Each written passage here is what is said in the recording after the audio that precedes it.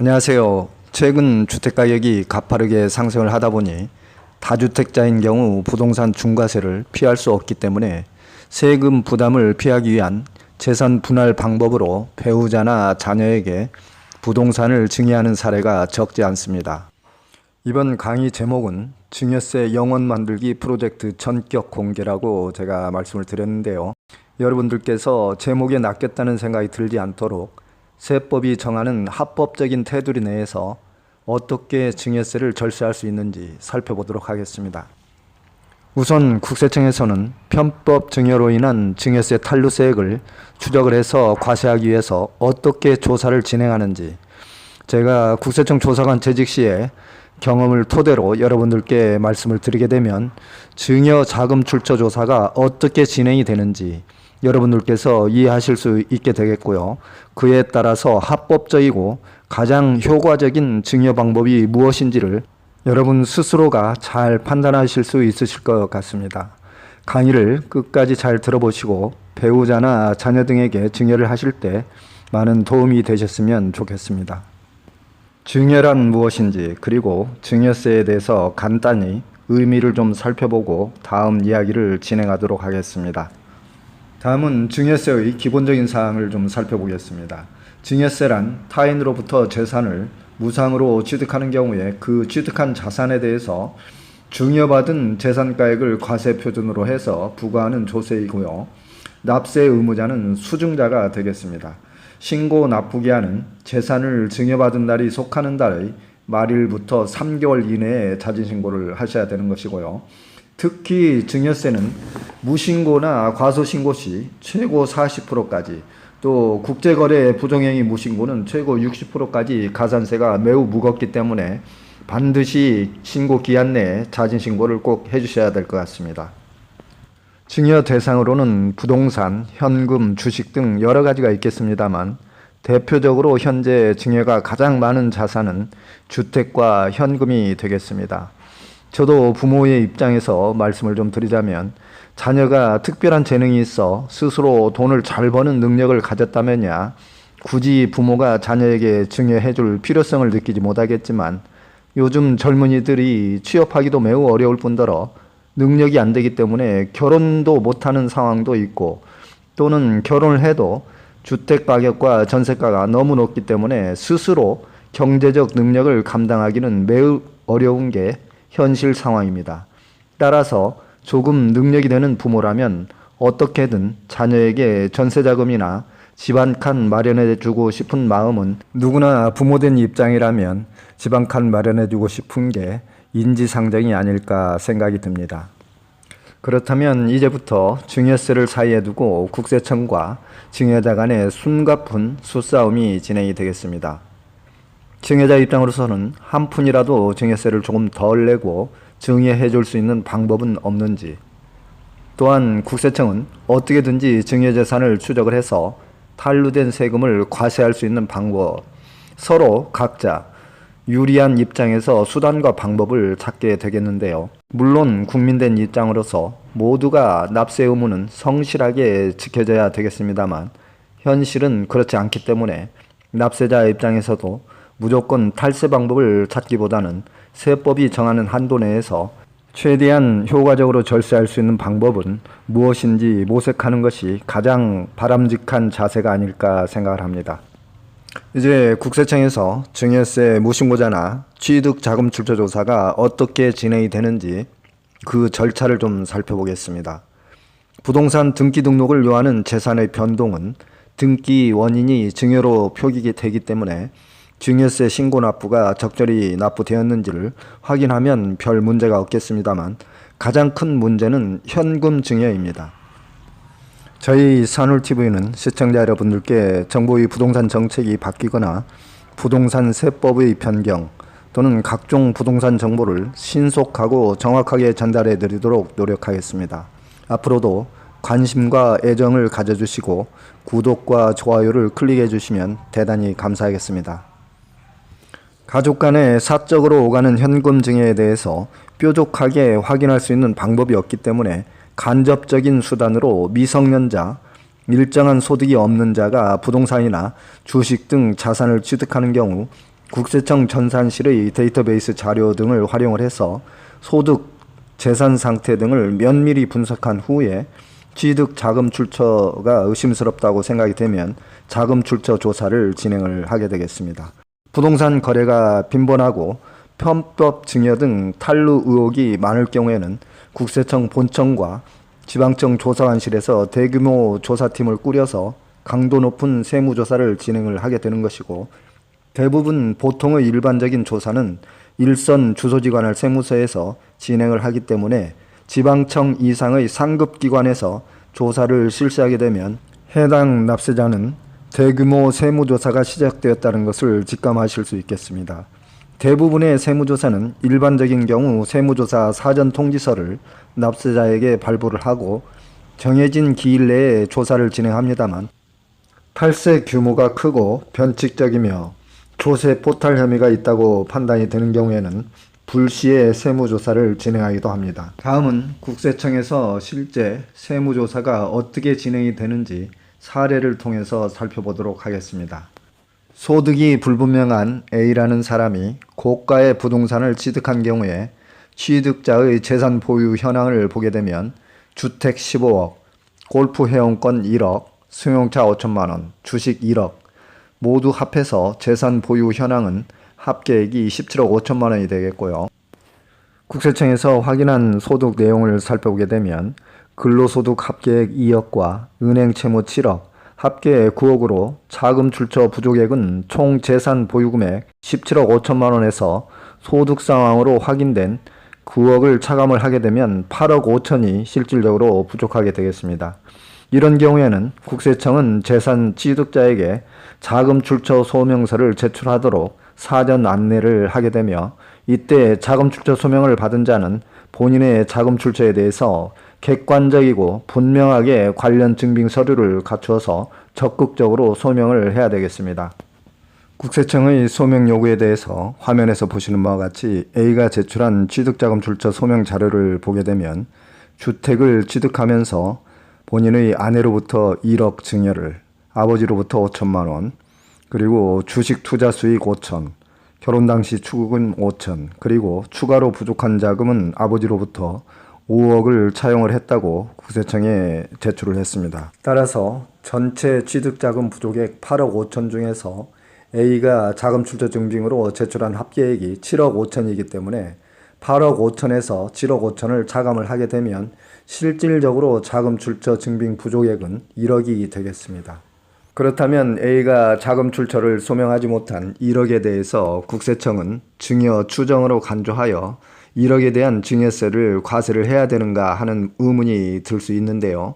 국세청은 취득자금의 100% 전체를 소명받을 수는 없는 것이기 때문에 취득자금의 10억 미만은 취득금액의 80%까지만, 그리고 취득자금이 10억 이상인 경우에는 전체 취득금액에서 2억 원을 차감한 금액까지만 자료 소명을 하게 되면 취득자금 출처 증여 추정 배제 기준을 적용을 해서 약 2억 정도의 부족 금액에 대해서는 명백한 증여가 아니라면 증여세로 과세하지는 않겠다는 취지가 되겠습니다. 여러분들께서는 화면상에서 증여 추정 배제 기준 금액을 보고 계시는데요.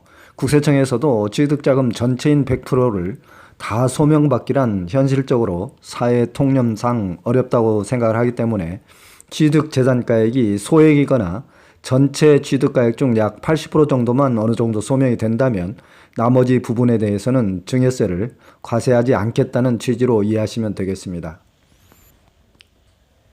결론적으로 A는 나이 35세에 15억짜리 고가주택과 골프 회원권, 승용차 주식 등 17억 5천만 원의 재산을 취득하고도 현행 세법에서 정한 증여재산 공제 한도 범위 내에서 가족에게 증여를 받고 부족한 금액은 증여 추정 배제 기준을 절묘하게 이용을 함으로써 증여세를 한 푼도 안 낼 수 있었던 것입니다. 앞에서도 살펴본 바와 같이 A는 부동산 취득 자금 중에서 부족한 금액 5억을 부모로부터 차용을 했는데요. 그렇다면 부모로부터 차용한 금액의 증여세 과세 여부를 좀 살펴보겠습니다. 자녀가 부모로부터 빌린 돈에 대해서는 명백한 증빙이 갖춰진 경우에 한해서 증여세가 제외되겠습니다.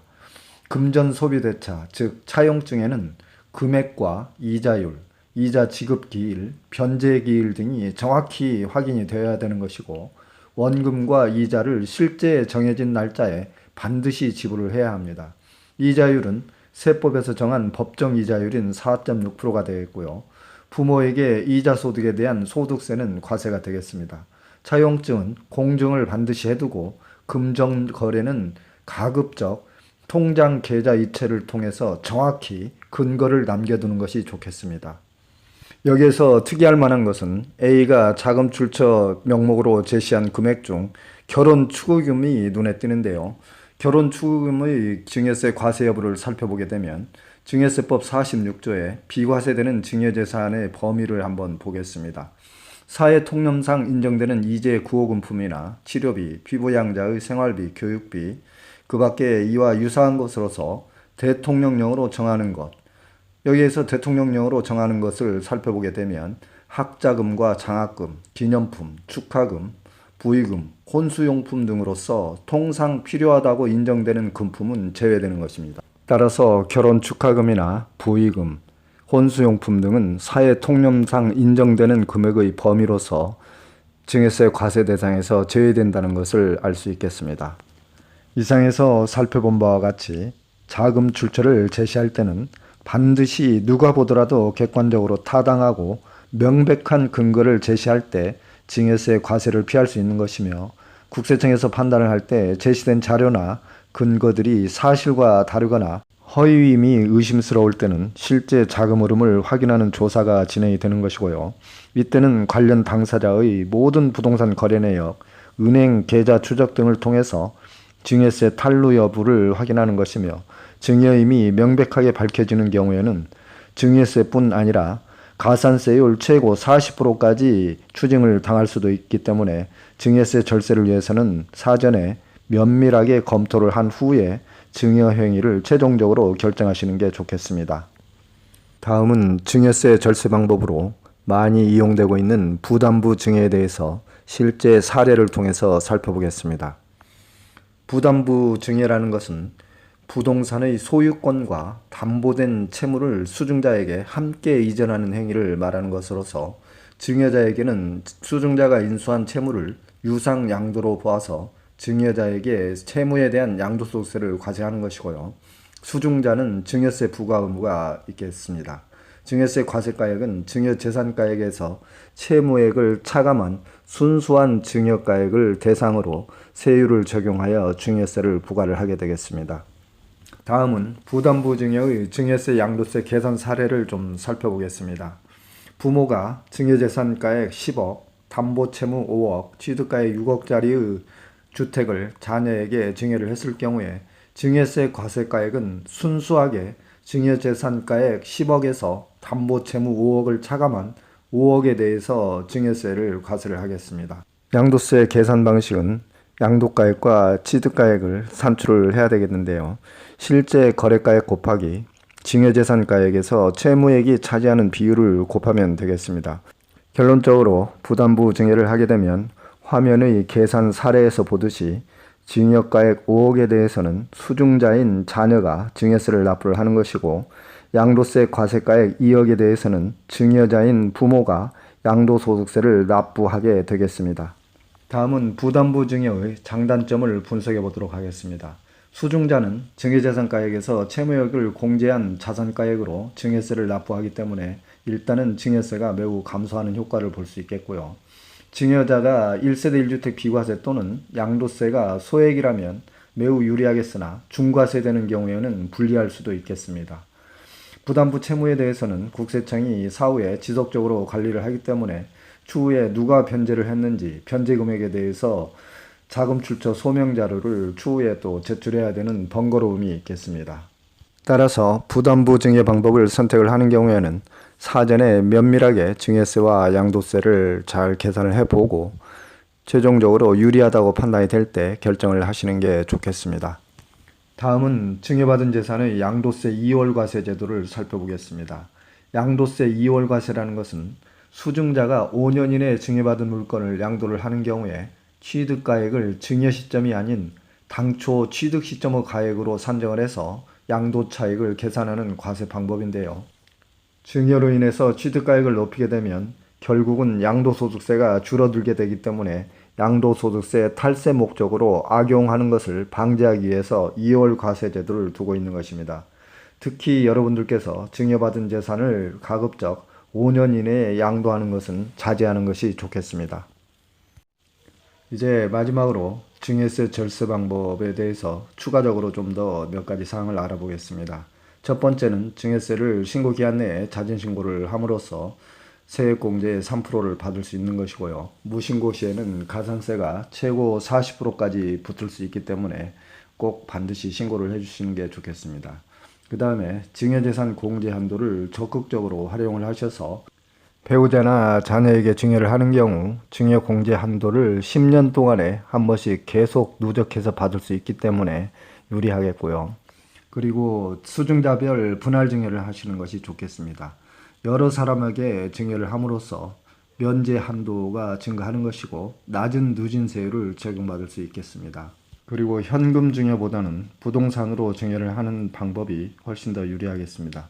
현금은 전액 증여가액으로 잡히게 되지만 부동산 같은 경우, 특히 상가 같은 경우는 기준시가로 증여가액을 결정을 하기 때문에 현금 증여보다는 부동산으로 증여하는 것이 더 유리하겠고요. 다음으로는 앞에서 말씀드린 바와 같이 부담부 증여 방법 등이 있겠습니다. 이상으로 증여세법이 정한 한도 내에서 절세할 수 있는 방법에 대해서 국세청의 세무조사 사례를 들어가면서 살펴보았는데요.